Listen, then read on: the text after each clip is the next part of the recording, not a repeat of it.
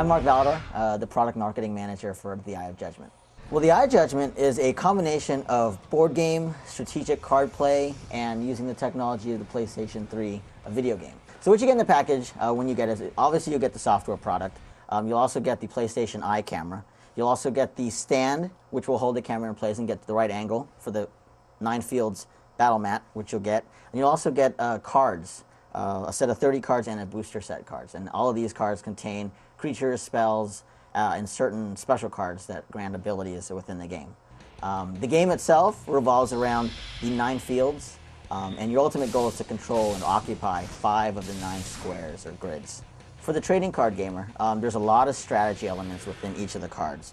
As any trading card gamer knows, the more cards you have, the more strategy there is, the more combos that you could do, the different maneuvers that you can do. In the first installment of the Eye of Judgment, there'll be 110 different creature and spell cards. So there's a lot of different strategies, and not only playing the game, but also setting up your deck. For the casual gamer that isn't too familiar with trading card games, there's a certain board game social element with this game where you play head-to-head, you play against a computer, or you can go online and play against other people. And it's essentially a battle of the wits where, similar to board games where you're mono a mono, this really has this element where you're taking the cards and you're laying them out on the 9-field grid and essentially fighting it out. The first one I'm going to take you through is the Battle Arena. Essentially, this is where you get to play the game the way it's meant to be, either against a computer, against a friend, or online. Right now we have it set for against a computer. So what I have here is a deck of 30 cards. This is essentially your starter deck. And what we'll do is we'll take turns against the computer drawing cards. So off the get-go, I get to draw 5 cards. Now each of these cards have certain abilities. Obviously there's different races and factions, as I mentioned: water, fire, earth.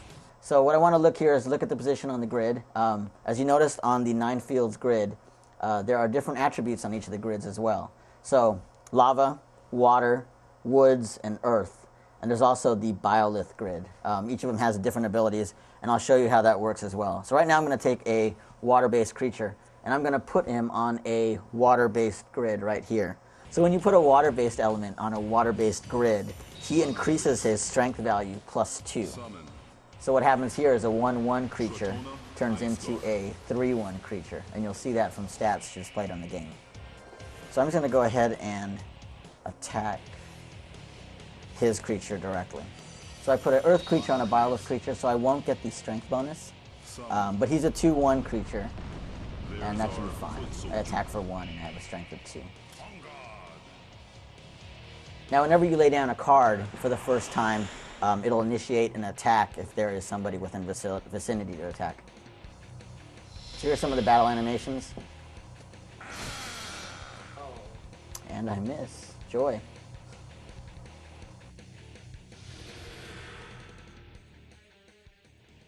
Now here's where a lot of the strategy comes into place.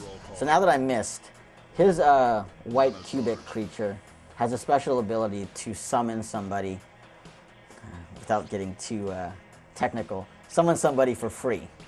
So he didn't have to use any mana to summon that expensive creature.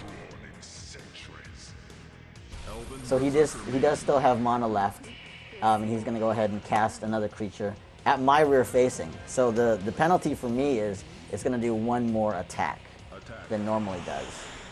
So as you can see here, is rear facing. He is a 1/5 creature, or 5/1 creature I should say, attacking with the green javelin to my rear. So instead of 1 damage, it'll do 2 damage. And essentially it's just gone. One of the ways that you can interact with the game instead of using your controller is using these action cards. And what I'll do is I'll select that creature with the card on who I want to attack. So I still have mana on the board. I'm going to go ahead and attack his rear facing with another creature. Mana release. So I'm taking my foot soldiers. I'm going to attack his foot soldiers to his back, giving me an additional bonus on the attack value. So he should attack for 2. 1 for the attack, and 1 for the bonus of the rear facing. So the computer cast a woods creature on a wood grid, and that creature has an ability to either attack someone directly in front of them or one space ahead. They also have a special ability to rotate creatures once they're hit. So right now he just hit them for one and rotated them. Rotation is a big factor in the strategy elements because now I can no longer attack this creature without spending activation or mana to activate a rotation or an attack. Also, we talked about the ultimate goal of taking over 5 grids.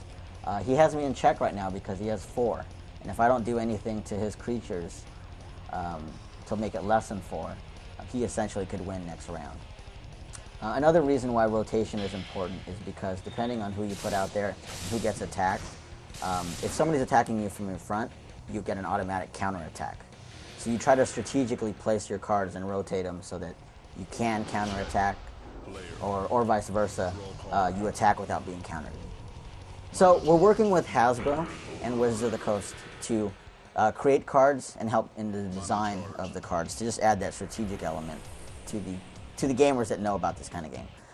Essentially, within the bundle pack, you will get a set of 30 cards, which is your starter pack, and you'll also get a booster pack containing 8 randomly inserted cards.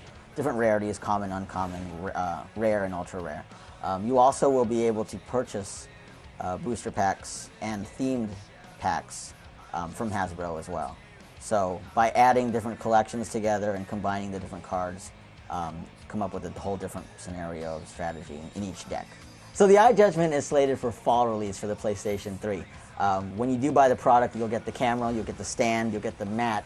You'll also get a set of cards from Hasbro and Wizards of the Coast, essentially a 30-card deck, and you'll get a booster pack of 8 cards randomly selected.